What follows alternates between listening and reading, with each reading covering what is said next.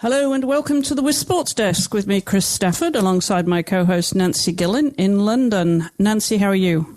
I'm good, thank you. How are you doing? Excellent. So far, so good. We are already on season 3, episode 41, Nancy. And this is on season 3. I think we did about the same, with a weekly show. We probably did more in the first 2 seasons, so I'll have to look. But we're clocking up the episodes.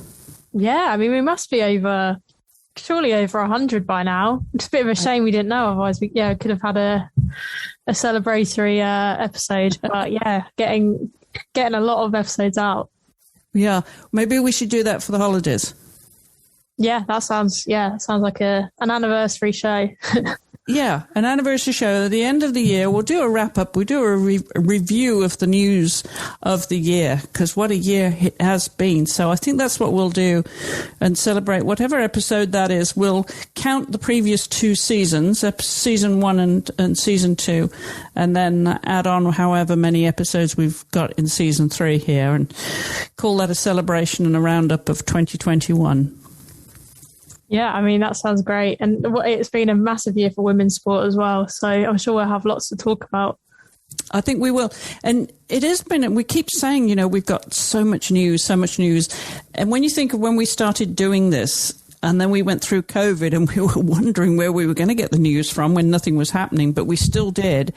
But the build-up, when you think of when you think of your career, how long have you been a sports journalist now? 5, 6, 7 years? How long?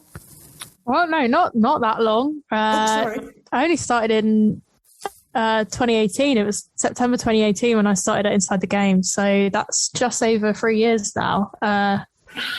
So yeah, not too long. I think I started doing this only kind of maybe 6 months or so after joining Inside the Game. So yeah.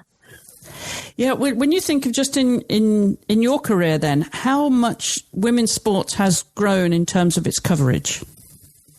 Yeah, massively. I think even, the fact that I've now moved jobs to Give Me Sport Women, which is like a dedicated outlet to women's sport. Like you get so many more outlets like that are just kind of solely focused on women's sport.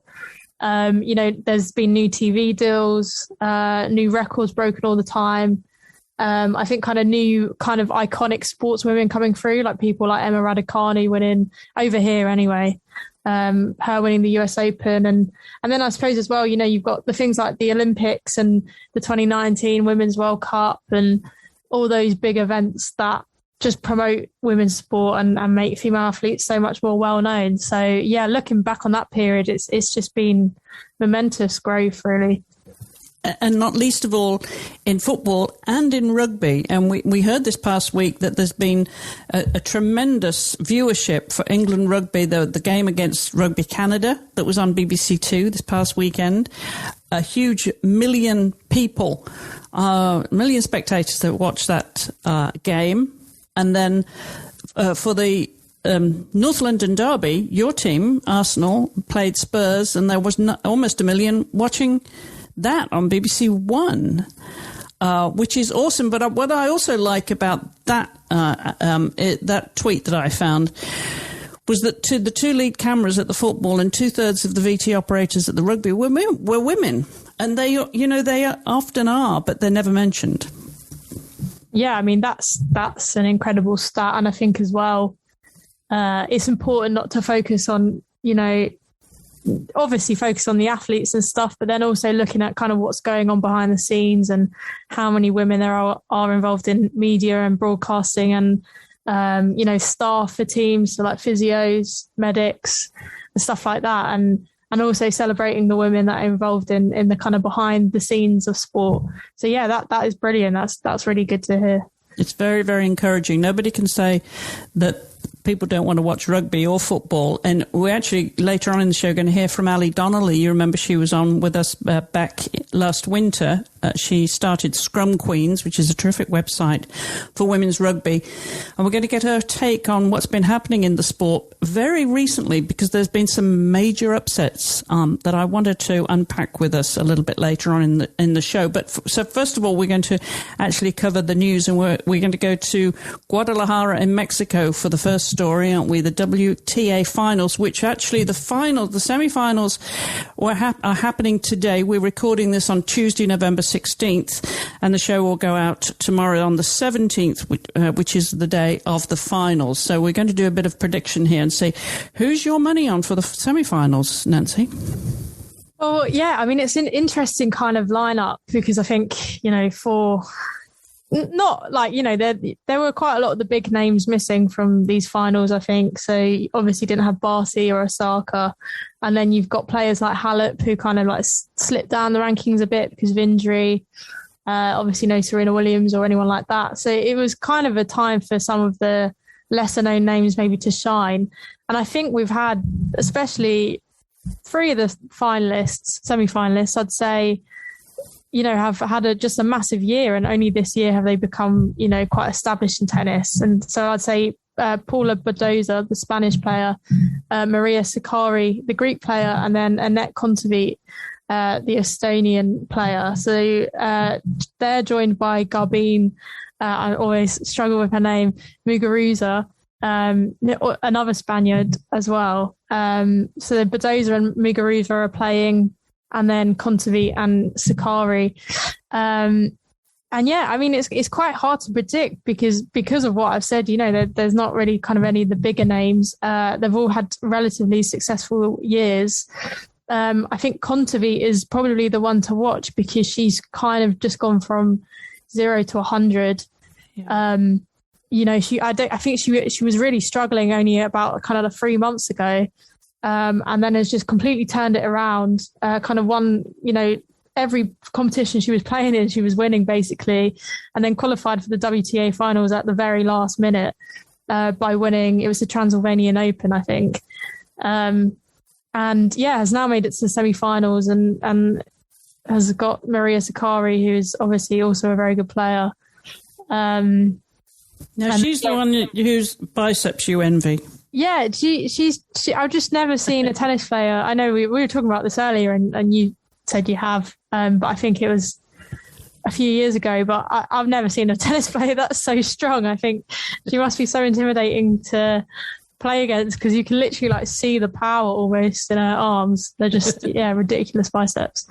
And then in that other semi-final, the all Spanish semi-final, I think Muguruza is obviously a lot more established. She's kind of been around for a while and has she has won a Grand Slam, hasn't she? I think she's so.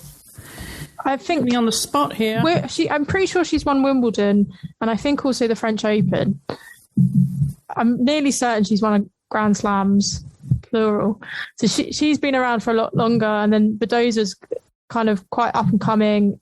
She won Indian Wells. So that's kind of youth against experience. Mm-hmm. So you know what? I'm going to say I can't call it because it's just such a mix, such a real kind of just varied talent there, and they've all got different strengths. So I think it will just come down to literally who's stronger on the day. Yeah, I know. I don't think I can call it either. Well, we will see. We'll talk about it next week for sure. Those finals happening on the 17th of November in Guadalajara.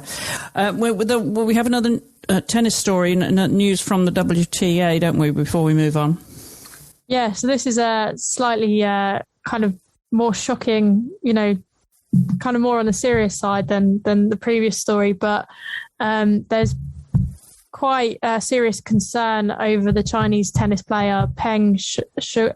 Do you know how you say her surname? Is it Shuai? Shuai, isn't it? Shuai, mm-hmm. Yeah, Peng Shuai.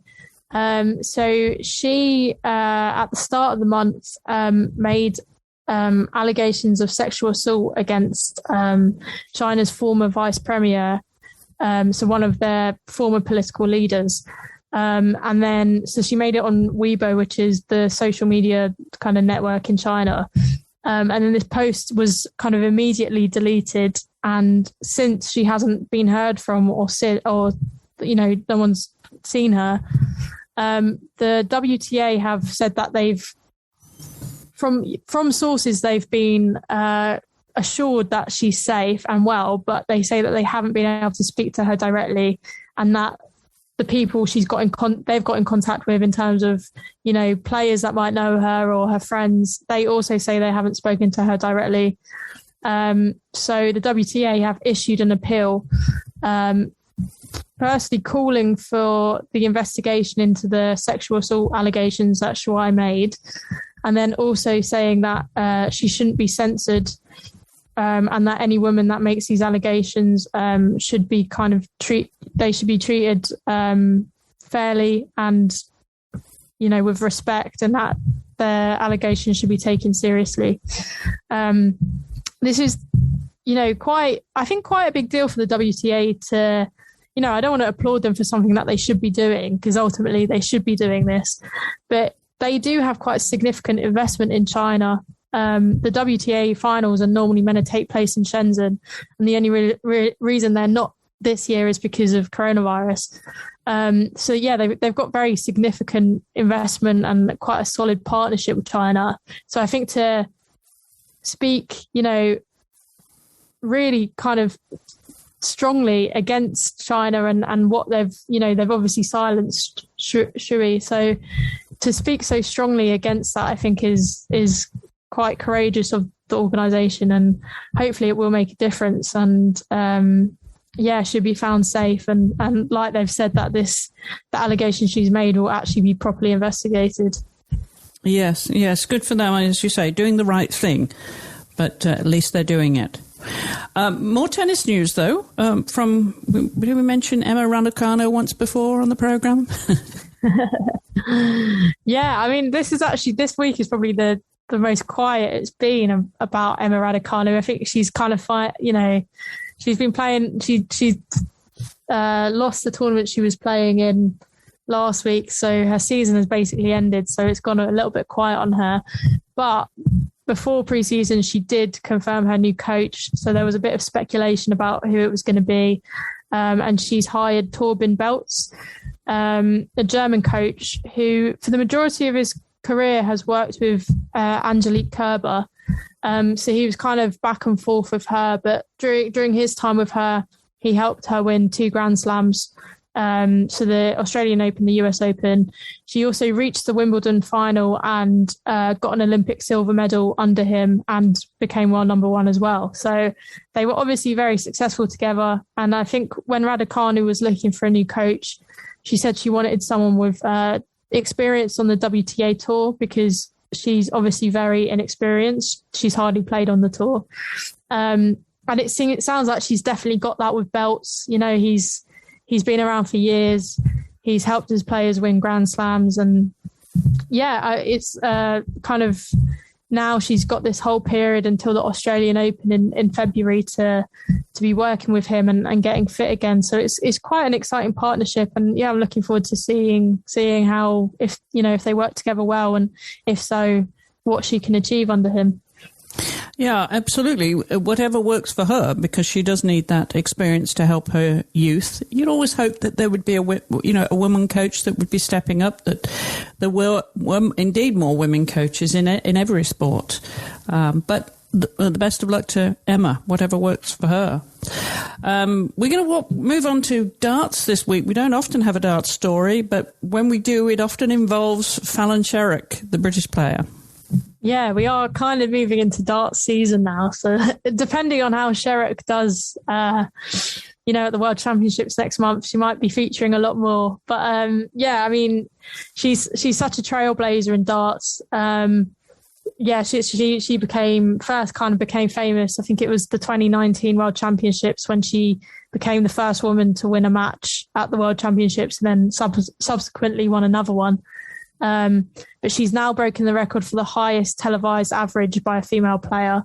So she was playing at the Grand Slam of Darts in Wolverhampton and beat Mike De Decker 5-0 and scored an average of 101.55, which is the record. And it's quite nice as well, because the record had previously been set in March by Lisa Ashton, and that score was 100.3. So it's quite nice that the record was a relatively new one, because I think it shows that women in darts are getting kind of stronger and more confident and constantly bettering each other and, kind of setting this new standard. Like I said, she'll be competing at the World Championships next month. And I believe Lisa Ashton is as well. So I'm really excited to see if she can both of them can continue to be these trailblazers in darts. Yeah, good for her. Love to get her on the show sometime. Maybe you're on the right side of the pond there to set that up with Fallon. Yeah, see what I can do. Yeah, I think it would be great to talk to her. All right, next story actually is some hard news again. Going back, we're flipping back and forth between hard and soft news this week, and this involves the Olympic gold medal gymnast Sunny Lee. And this was a story that broke in our local Washington paper that I think it picked up with the global sports news eventually. Did you see it over there? Yeah, I did see it. Yeah, it's a very kind of frustrating news story. So it's Sunny Lee, like you said, the Olympic gold medalist in gymnastics. So she won the all around. Quite famously, obviously Simone Biles wasn't competing, and she kind of came in and won the gold medal, and gave a really impressive performance. Yeah. But she's told how she recently experienced a racist attack while waiting with her friends who are also of Asian descent. And she said that a group sped by them in a car and yelled racist slurs, and that she also got sprayed on her arm with pepper spray. And she's just kind of talked about how difficult she found it. So she said she was so mad, but there wasn't anything she could do or control because they just left in the car. It's kind of a very frustrating story, and it, just shouldn't really be happening at all. And I suppose at least she's kind of got the profile to be sharing about it and making people aware that this kind of thing does happen. But ultimately, it's shouldn't be happening. No, appalling. All right, we got some good news from Canada, though. Another woman appointed to an executive position. Yeah, so this is from the Canadian Olympic Committee. They've appointed... Sorry, I've literally just lost the story. Can we pause just one second? They have. Well, we can keep going. The Canadian Olympic Committee. They've just announced that Jacqueline Ryan has been named as their foundation's chief executive officer, and she'll have responsibilities with the brand and retaining. She had previously had responsibilities with the brand as chief brand and commercial officer, overseeing the brand and commercial affairs, digital and marketing partnership of the COC. So she's broadened her responsibilities there. But, I wanted to keep mentioning when these women get, promoted or get new positions in sports governance, no matter what their role is, because we need more of that, don't we? We do need more women in the boardroom. Yeah, definitely. And I think, we're still so kind of far behind with the number that we need to be, because ultimately we want to be 50-50 really in kind of positions of power in sport, and we're not quite there. So I think like you said, anytime women are appointed, we definitely have to shout about it. Yeah, for sure.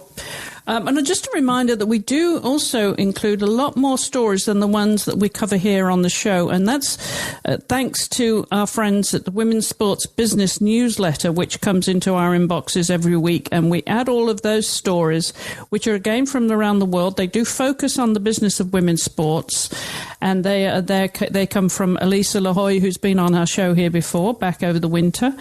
And she gathers all these sports stories, which we add with the links to the extended story. But you can find them on the show page of this show. That's at wisports.com. So lots more news from around the world of women's sports than you actually hear on the podcast.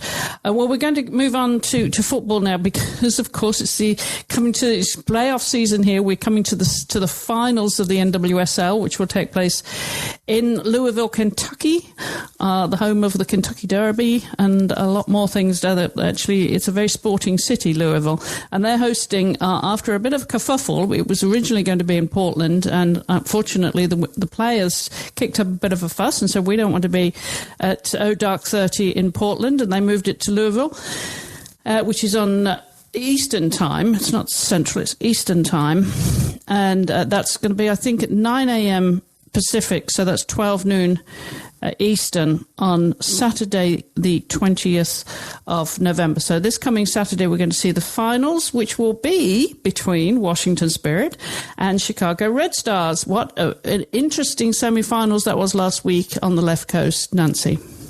Yeah, I didn't, kind of, unfortunately for me, it's quite an unsociable time. It's kind of in the middle of the night for us, so I don't really get to see it. But I think, just from what I know about the NWSL, which granted is not kind of, I'm not going to pretend I'm an expert, but I was quite surprised by the scores. The teams that made it to the final, because I think you look at Portland Fawns and Reign, and I think they come across as the two strongest teams. So really interesting to have the Chicago Red Stars and Washington Spirit in the final. Interested to see how that one plays out. Yeah, it really will be. Of course, I'm cheering on my local team, Washington Spirit. But credit to them. And, it was the first semi-final, which started at 2:30 our time. 3 p.m. on Sunday last weekend, our time. And that was between OL Reign and Washington Spirit. And the Spirit came away 2-1. Thanks to Eugenie Lasomma, the French player, she gave Reign the early lead with a goal in the third minute, which apparently is the earliest goal in playoff history in the third minute. But there was a lovely gift from somebody called Rapinoe on the left wing. Yeah, I've never heard of her. No.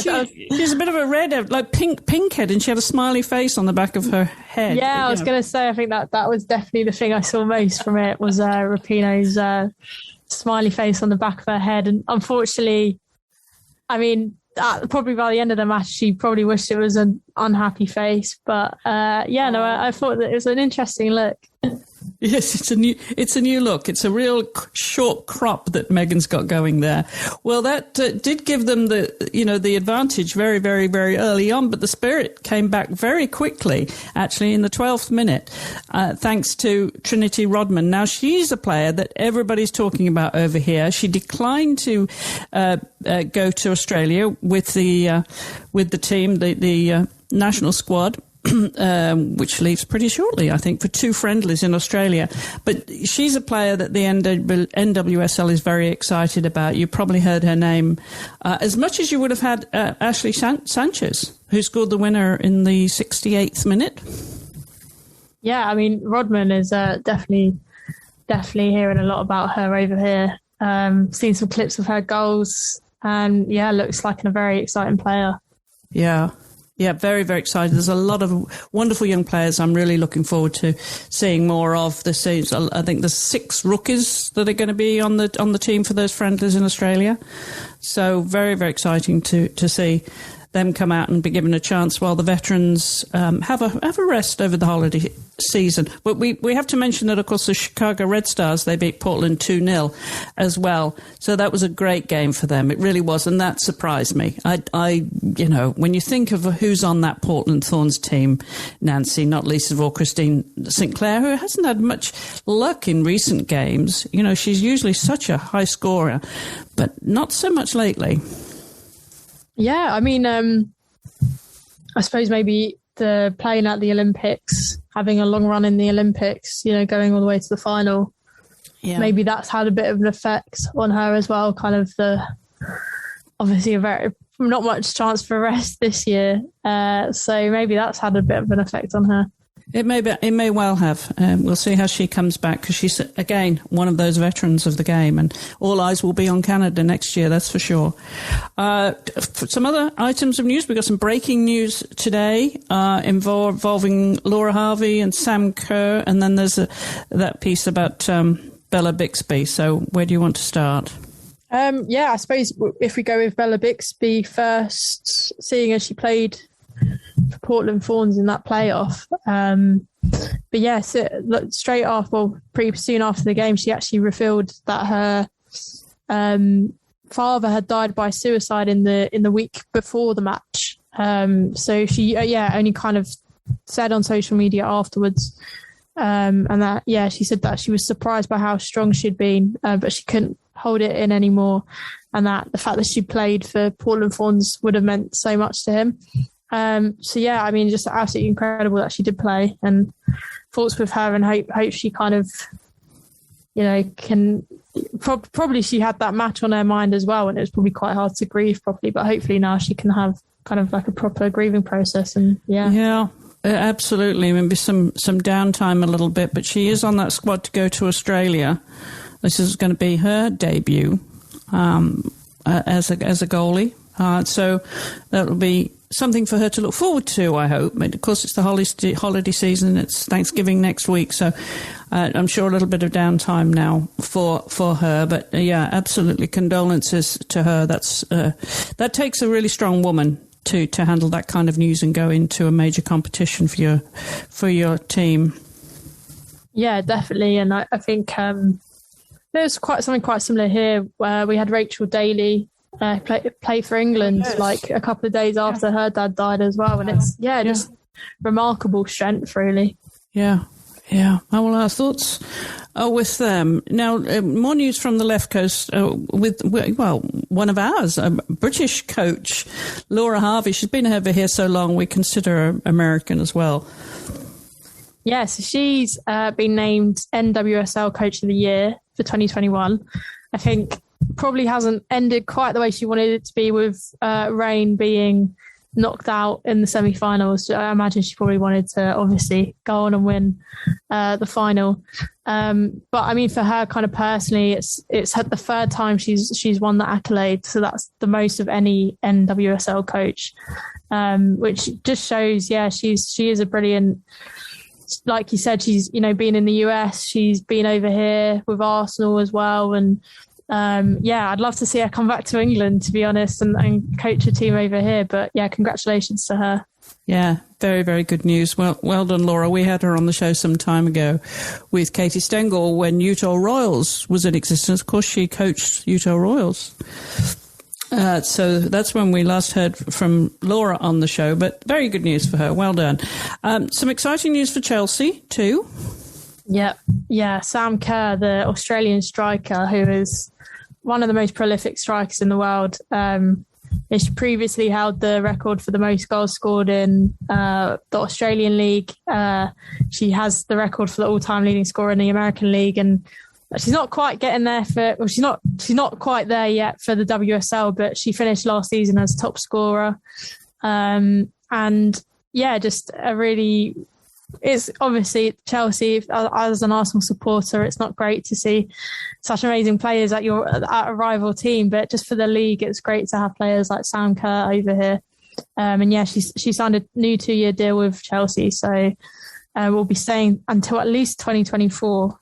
So She joined in 2019, so that's essentially already, she's kind of 5 years at the club.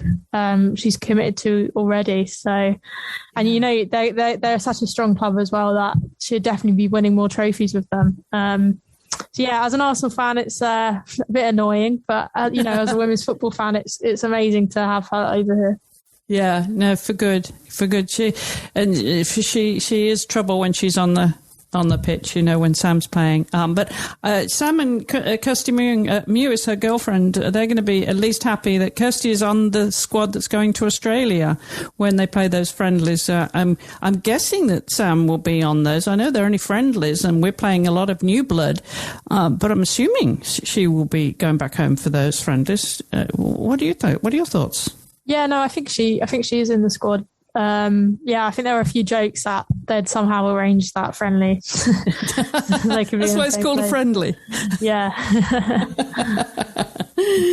Oh, great news. All right. Well, before we let you go, because I know you're going to move on before we bring in Ali this week, but there's some World Rugby Awards nominees news too, which takes us nicely into our next segment. Yeah. So, like you said, World Rugby have listed the nominees for their annual awards. It's for the women's side of things. It shows how great this year has been for England, because for the 15s at least, there's 2 English players, so Zoe Aldcroft and Poppy Cleal, and then 2 French players, Caroline Bouchard and Laure Sanzas.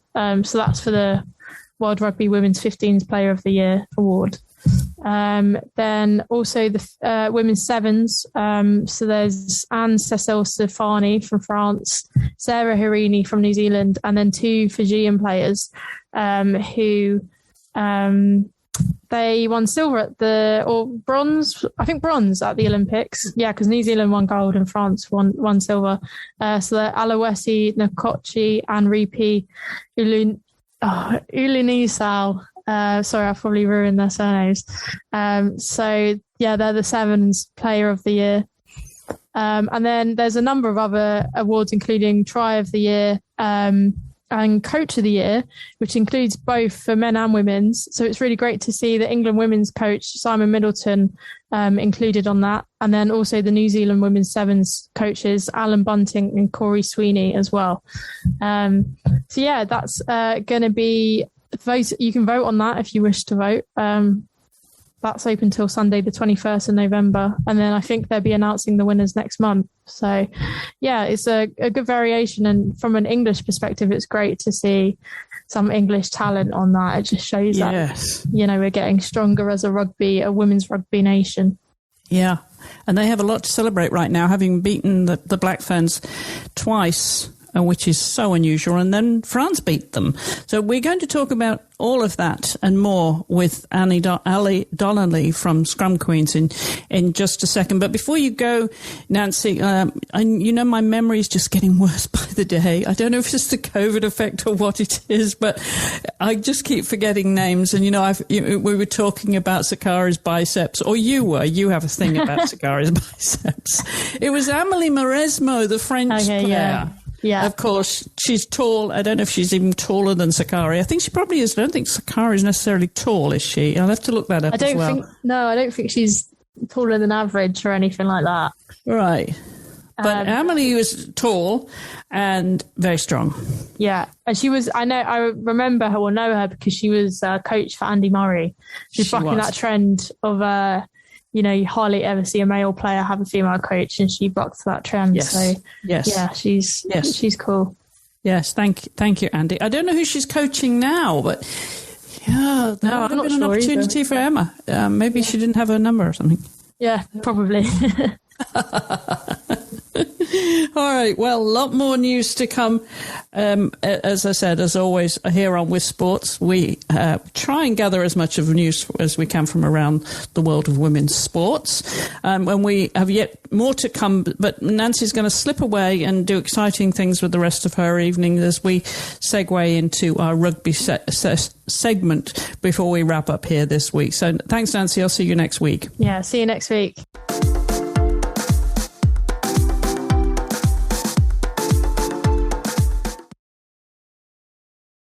And as I promised, we're back now for our rugby segment. We're going to be joined by Ali Donnelly, who's been with us before. Ali is from scrumqueens.com. I love that website, Ali. You do a fantastic job, and it's lovely to have you back. Thank you so much, and thanks for having me. There's a lot of women's rugby news around at the moment. By golly, there isn't. What an upset with the Black Ferns getting defeated not once, not twice, but 3 in a row. How unusual is that?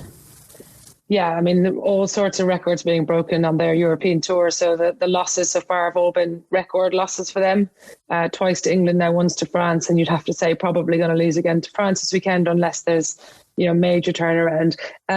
I think losing to England probably wasn't as big an upset as it might once have been for a whole load of reasons. England, really, really pressing the accelerator on professionalism, on the kind of next steps to their league and so on. But I think the manner of the defeats and the kind of, the score lines have been quite shocking. And then in France, again, they just looked absolutely lost at times. So very worrying time if you're a New Zealand fan. It certainly is, because traditionally they've been, the doyen of the sport, haven't they, for a very long, as long as my memory goes back in women's rugby. Yeah, they have. I mean, they have, often not played between World Cups and just turned up and won it anyway.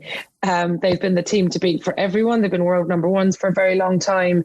But England have been knocking on the door on and off, over the last decade. Obviously, they won the World Cup in 2014. New Zealand got knocked out by Ireland.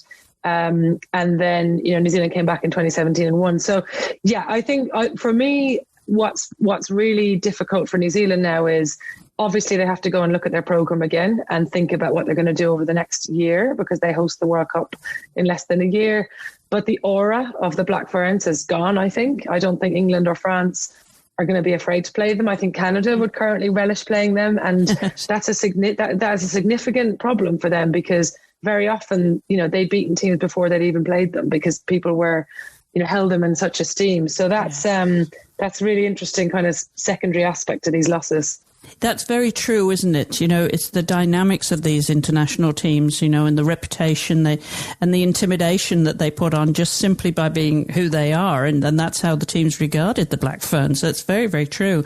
But, Canada are not to be messed with either. But just to go back to the Black Ferns, this wasn't just in the 15s, also in the 7s too. Well, the sevens team obviously coming off the back of Olympic glory. So I think one of the challenges New Zealand have is to work out how they can have two successful programs. They've got one now, in the sevens program, fully funded. A lot of that money is coming, of course, not from the union, but from the Olympic Federation and from Sport New Zealand and so on. So, they've sort of cracked one nut currently, and then another has fallen, kind of badly away. So, yeah, I wonder if those running the game there are a little perplexed, though, because they have historically underinvested in their 15s program, but they just used to go and win anyway. So it didn't really matter. Yeah. And now they are actually investing, maybe modestly, some would say, but they've contracted players on a semi-pro basis. They've introduced a Super Rugby competition. They're really working on their strength and conditioning program. So, they might be sitting back in New Zealand wondering, wow, we're putting more investment in than ever, and the results are getting worse. And I think the simple answer to that is England and France have been investing for much longer, and New Zealand are just playing catch up. And, whether they can catch up in time to win next year's World Cup, I don't know. Yeah, it's very, very interesting change of dynamics, how the rest of the world is up the game, literally, and New Zealand now are having to play catch up themselves. So tell us a little bit more about, we keep hearing news, and over the last, during COVID really, last couple of years, we've heard about the professional contracts for England, and they've just gone from strength to strength, haven't they? They are very professional now. Yeah, and I think for England, it's not just about the professional contracts, although those are important, and they've now been pro athletes for 3 years, and all of that's making a difference to how they recover. They look incredibly fit and physical, and, the fact that they can all train every day obviously helps. But there's more to England's success, I think. I think the league, the Premier 15s here, has been a phenomenal success. It's not been without its, teething problems for sure. But, we're seeing players come in to play in that from around the world because the standard is excellent and because they get a lot of game time. And if you look at New Zealand, the players are not getting anywhere near as much game time as English players are. And so I think the contracts are important for England, but they're just one piece of the jigsaw. And so the other pieces you think are, the whole package of being a professional athlete now that they can train every day and they're getting the competitions that they need, and they're united as a team that are seeing each other regularly. That makes a big difference, doesn't it, to the morale and the psychology of the team?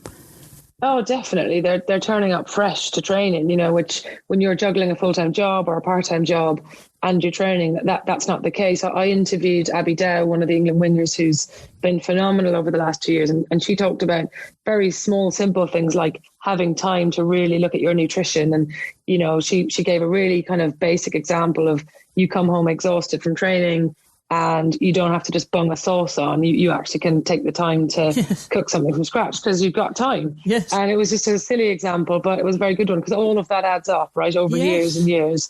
So, yeah, they're at a considerable advantage. I mean, I suppose the negative for the women's game is the playing field is so uneven now.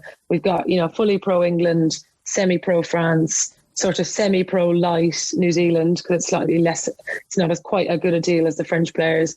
And now we've got a handful of contracts coming into Wales. There's some in Scotland. So the game is uneven. And, we're going to have the USA playing. Canada played England the weekend, USA this weekend, all amateur players. And that's hard. How are you going to beat a fully pro team when you're just taking 3 weeks off work to travel here? So those things aren't necessarily the best thing for the game. So, obviously we need the world calendar to kick off, which is happening after the next World Cup, and, more teams playing more games ultimately. But right now, I think England are going to be an extremely hard team to beat for the foreseeable future. And we should give a shout out to our friend Poppy Cleo, because she's just been nominated. Just before you came on, Ali, we touched on the Women Rugby Awards, World Rugby Award nominees. And of course, she's in that list, which is fantastic. But there's quite a selection there from different nations, isn't there? Yeah, well, I think she's probably got to win it for me. I mean, she's had she's had an incredible year. I think she was player of the Six Nations. She fronts up for her club. She's just a talismanic player for England now. She's captained England as well this autumn. But yes, Laura Sansus, the French scrum half, who I'm a huge fan of, is in there. Zoe Allcroft played extremely, extremely well as well. So, yeah, there's a good mix of players in there, but I don't think you can look beyond Poppy. That said, I don't know why they've done this. Well, I do know why they've done this, but World Rugby have turned this into a fans vote, which I hate, because it's a prestigious award and you should have prestigious people who understand, see the game, pick it. So I hope she wins, but no guarantee with the public vote. Yeah, that's absolutely true. And now, what else is happening that we need to know about, Ali? Yeah, there's been a big challenge in Ireland over the last couple of weeks, which is my home country. The players have had a very tough year from a playing perspective, and they failed to qualify for the World Cup. They went to the qualifiers initially. I would have made them favourites to win it. Not only did they not come in the top two, but they didn't qualify. And there's been a sort of unedifying kind of public row between the man who's in charge of the programmes there and the players. They felt that in his interviews last week he pointed the fingers at them and blamed them for the loss and didn't take any responsibility. So we've seen some pretty disappointing narrative around Ireland, and clearly there's not a happy camp there in terms of the dynamic between those leading it and those playing.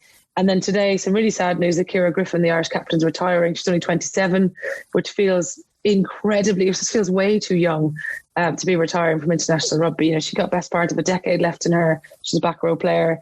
So the Irish camp is not a happy one currently. There's an ongoing review looking at some of the failures there from recent years. So we have to sort of wait and see where we get to. But unfortunately, for those of us who've been covering the Irish game for a long time, this happens every few years. Big story blows up.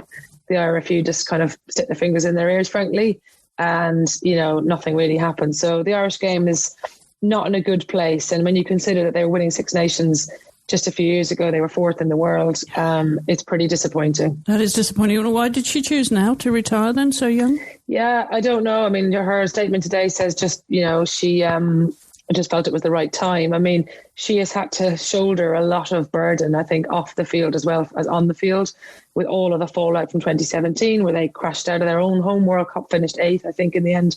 They were.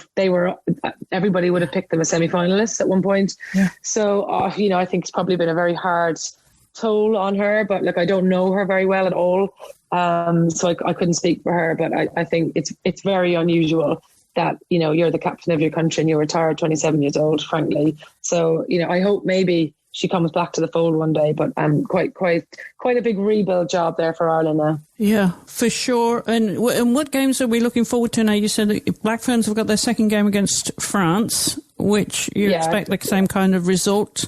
That's this weekend. Yeah, it's hard to see beyond.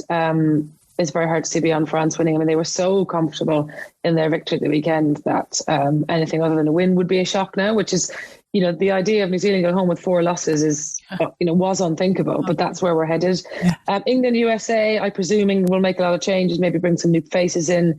The USA have had a hard few weeks. They played Canada twice in a week, played Ireland last weekend. Yeah. They've got some good players individually, USA, but they, just made so many errors in Dublin under no pressure at all. So I think they will struggle to keep, England will probably put 50 on them, which is just, an example of the way things are currently. And then Ireland against Japan would be interesting. The Japanese haven't had a great tour in terms of results, but they're going over to Ireland with nothing to lose, so that'll be an interesting game. And then in a couple of weeks' time, I'm really looking forward to seeing South Africa play the Barbarians. So Barbarians women's team, South Africa at Twickenham, which will be great. I'm envious because you're just right down the road. Yeah, so that's not far away at all. So that'll be a good one to end the autumn on, I think. The Barbarians, such a fun team, and they haven't named all their players yet, but the ones they have named are excellent. And South Africa, from what I've seen so far, they're a little bit naive, I think. They're just inexperienced, but they really do have a go. So that should be quite a fun game in a massive pitch at Twickenham. We have to give a shout out to our own Ilona Meyer, who was called up to the 15s from the 7 squads over here in the US to play Canada. They lost, as you pointed out, they lost a couple of times to them, unfortunately. And then they headed to Ireland. Now they're going to head to England, which will be a tough session for them. A few games on the trot, but good for Ilona. She got some 15s practice again, and she heads back to the 7s. Well, she's already back because they're getting ready. The 7s are getting ready to go to Dubai. So it was a shame. It's a little bit of a shame actually for USA to lose Ailif Kelter and Ilona, because obviously they're two fantastic players, and but they're contracted 7s players. But she's also become such a great personality in the women's 7s program, so that's been really fun to watch. She certainly has. Yeah, well, that's terrific, Ali. I appreciate you coming on for a roundup. We're going to do this formally and regularly because we do like your input when it comes to rugby. Scrumqueens.com is where you'll find Ali's reports. There's constant news on there, and there's 3 of you feeding that website to bring us up to date with world rugby from everywhere for women's rugby.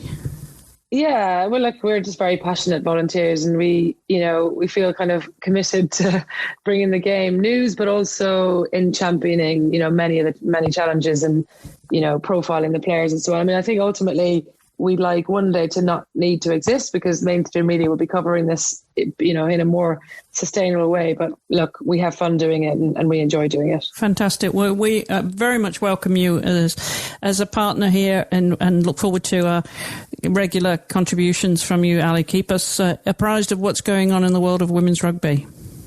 Thanks so much, and I look forward to coming back. Yeah, see you in a couple of weeks, Ali. Thank you so much. I really appreciate your time. Take care. See ya. And that's our show for this week. Don't forget you can find the show notes and the links to all the stories that we cover here on the WiSP Sports Desk at the website. Just use the drop-down menu under Listen and you'll find the WiSP Sports Desk and all the episodes for that show and for many others here at WiSP Sports.